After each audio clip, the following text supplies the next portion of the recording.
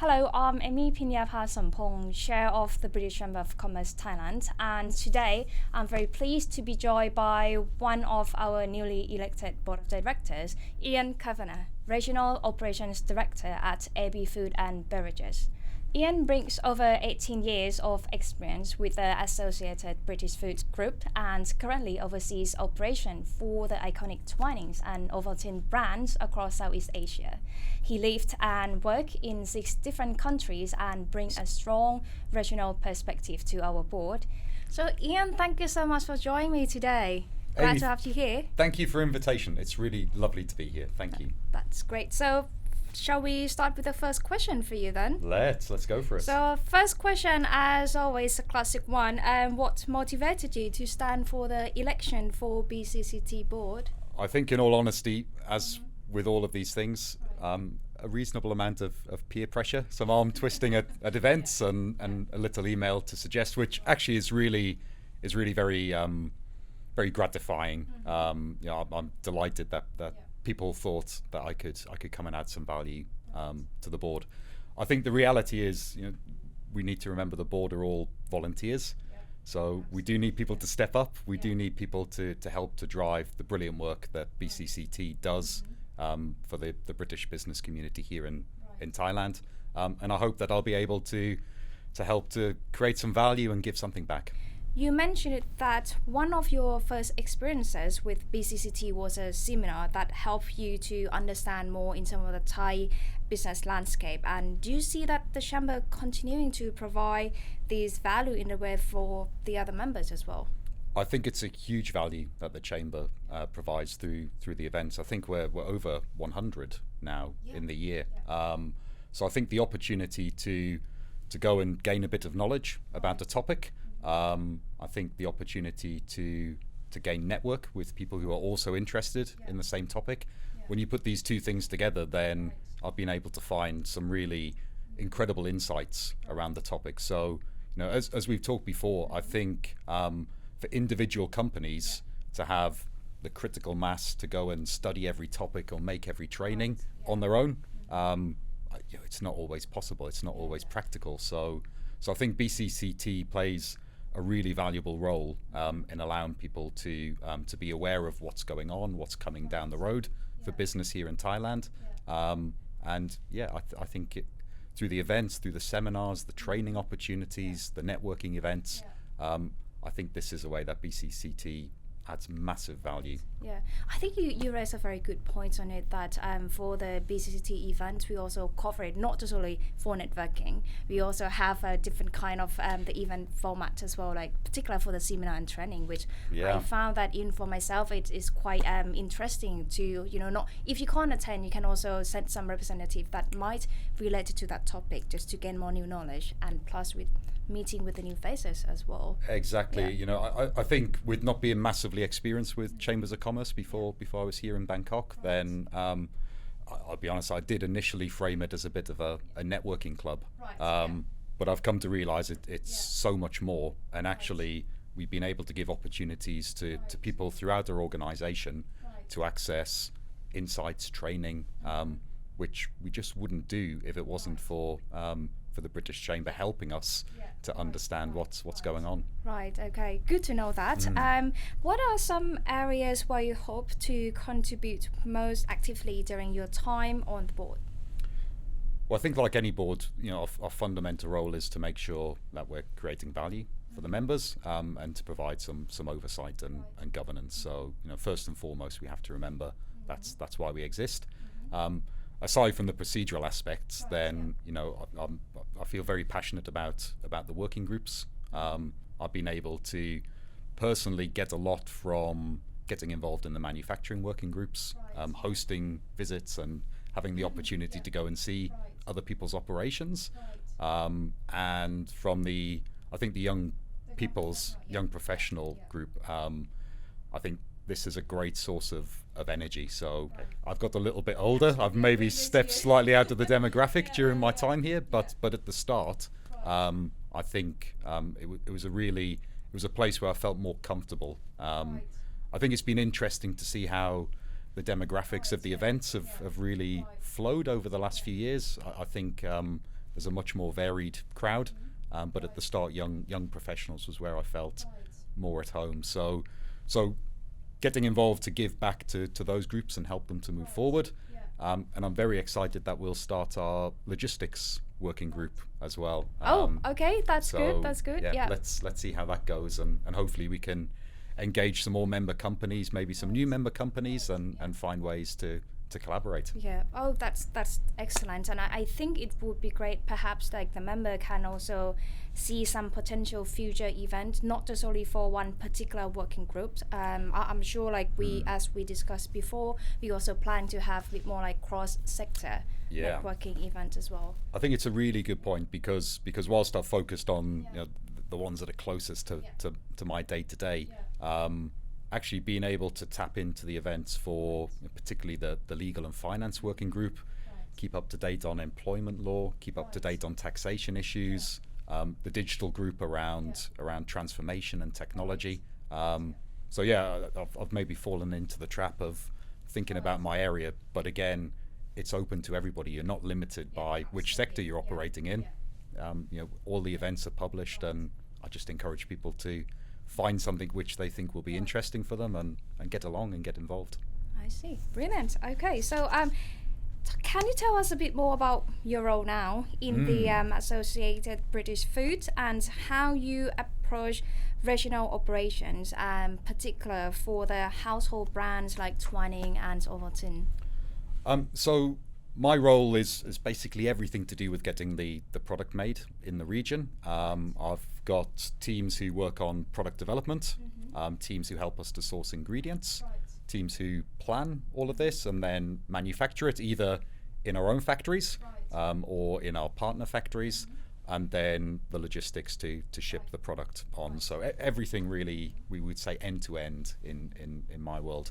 In terms of the region, then the nature of some of our products with agri-commodities is they become a little bit politicized, as you know from some of the advocacy work.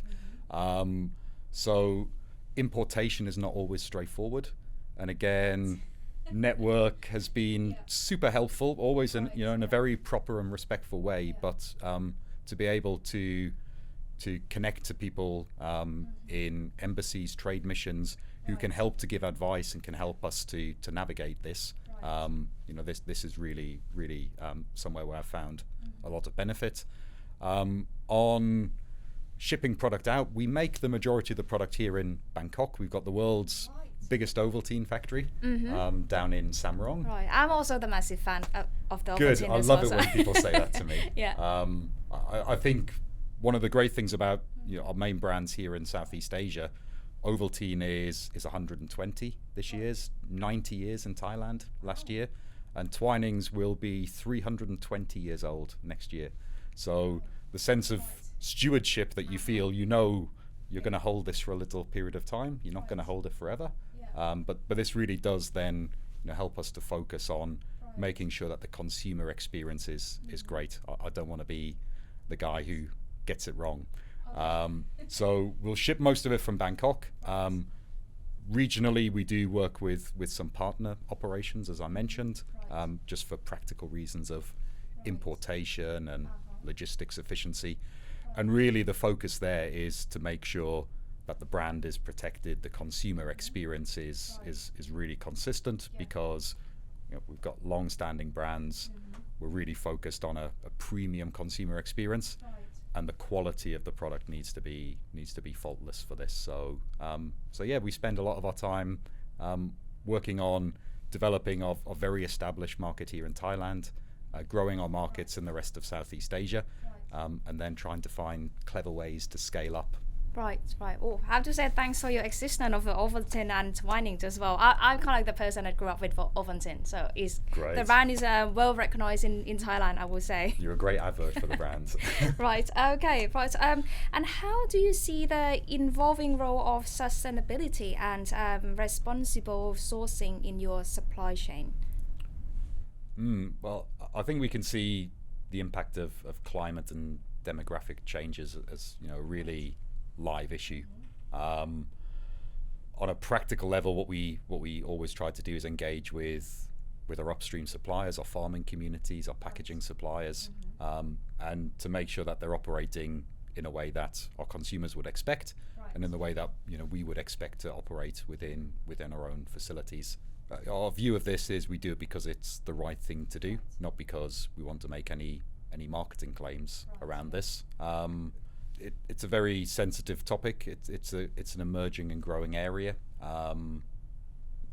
I think in Southeast Asia, my experience so far, my perspective is it will probably be led by legislation, because at this stage, not the majority of consumers, maybe their awareness is emerging, and their willingness or even their ability to pay for sustainably sourced materials maybe a little bit limited. So as an industry, we need to come together. Legislation always helps to nudge industry.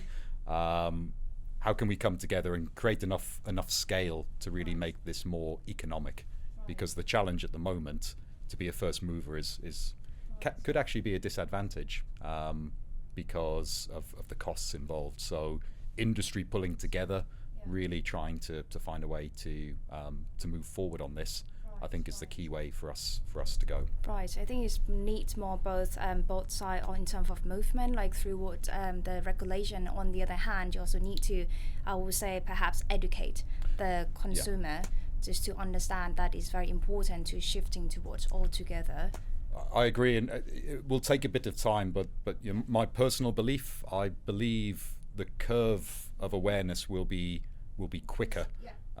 Europe, it probably took 10 to 20 years for this to come through. I think we see that trends and messages travel much faster around the world. Particular form from the EU policies, I would say. Exactly, and there's some very, very specific and very tough legislation coming through from the EU. So I think once there's some momentum around consumers really growing their awareness in this area, then I believe we'll move quite quickly, and probably in 5 to 10 years we'd be having quite a different conversation on this topic. And we're moving towards the right direction. Yes. Right. And in what ways do you think BCCT can better support companies operating in FMCG and manufacturing industry? Honestly, I believe they already do. They do a lot. I think one of the key attractions for operations companies in Thailand is the Board of Investment support, and BCCT provides excellent connection, excellent support and advice, and is regularly setting up the events where we can hear updates on BOI initiatives, and we also have the opportunity to input around areas where we could grow. I think the advocacy work, which you've been heavily involved in, is a major supporter for manufacturing, particularly against some of those import and export issues that we talked about earlier.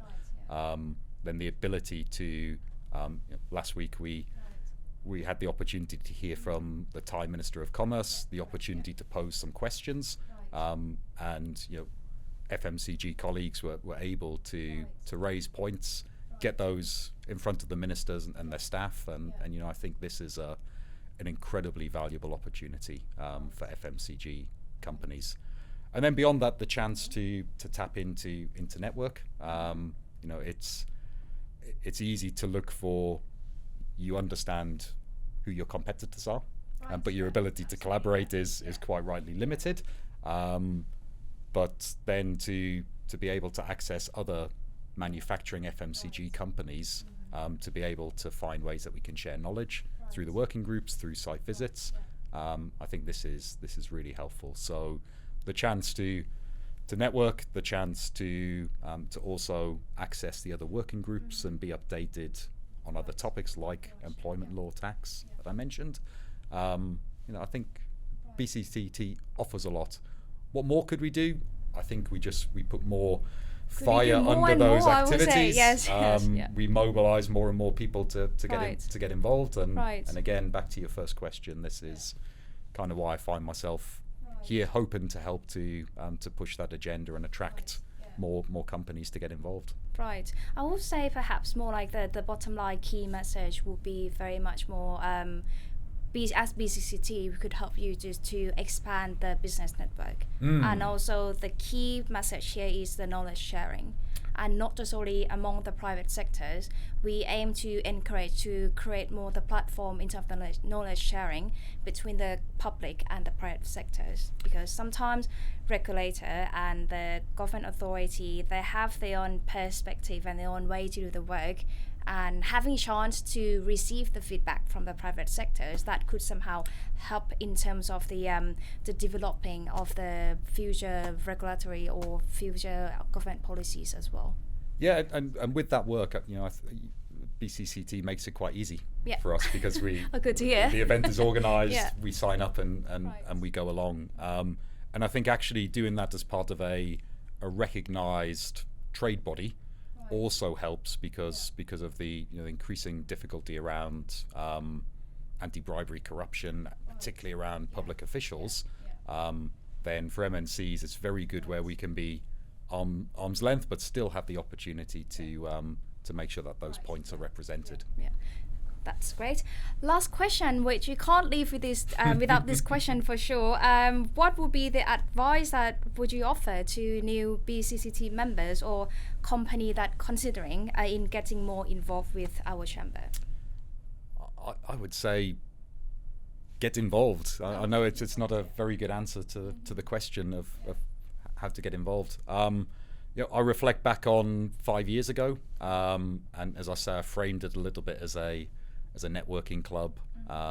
Maybe there would be an event from time to time that was interesting, and I probably didn't get as into it as I have recently. What have I learned as I've got more involved? It is much more than networking. It's much more than events. There's an incredible opportunity for reach, for access. What I've been really pleasantly surprised by is just how open people are.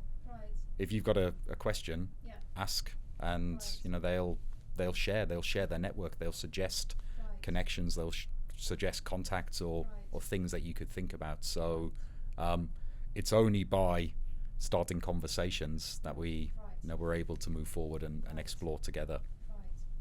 I think perhaps like the key thing here also, from my point of view, I might just wanted to encourage the new members just at least explore your benefits. Absolutely. Perhaps not through the website. If you need to talk to someone, BCCT membership team, they're also very much active in terms of responses. The Q&A that you as a member have, maybe you might didn't realize some certain benefits that you can actually enjoy it as a member as well. Yeah, as we talk quite a lot on the board, there is the question of, well, how can we help people to get the full value from this? Whether it's the membership or even considering whether partnership could add even more value for them. So I would encourage people to get involved, to get themselves and get some of their teams along to different events.